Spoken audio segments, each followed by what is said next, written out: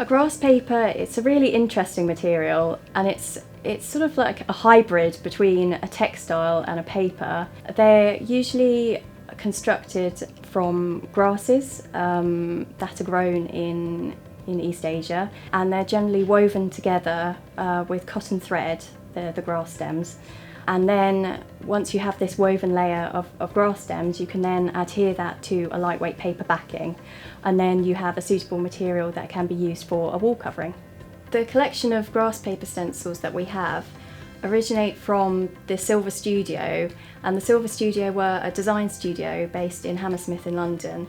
And the stencils that we have date to the 1890s, and they were heavily influenced by Japanese art. There were different methods that you could use to create the stencil effect on the grass paper, such as hand painting using a brush, but sometimes this might be more difficult to get a sort of soft gradiated effect. But the really pioneering technique, a new technique, was the spray stenciling that Arthur Silver devised, and this would enable you to spray the pigment through the stencil cutout, and then you would achieve a beautiful gradiated effect. So previously these grass paper stencils were stored all jumbled up in cardboard boxes, and they'd suffered a lot of damage.